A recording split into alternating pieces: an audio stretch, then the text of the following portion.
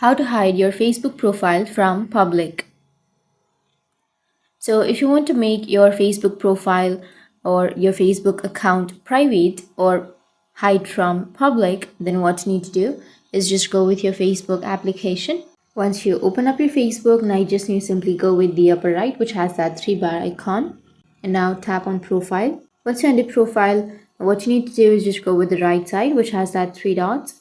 And here, if you've turned on your professional mode, then simply tap on turn it off and then go with continue and turn off and close. And once you turn off your professional mode, now go back and then reload your page or your Facebook profile. And now again go with the right side, which has that three dots. And here you will have an option of lock profile. Tap on it, go with lock your profile, and your profile has been locked. And now if you go with the right side, which has that three dots again, and if you tap on view as, then you'll be able to see that your Facebook profile looks like this. It will be hidden. So that's how you can hide your Facebook profile from public. And if you have any questions, feel free to comment below.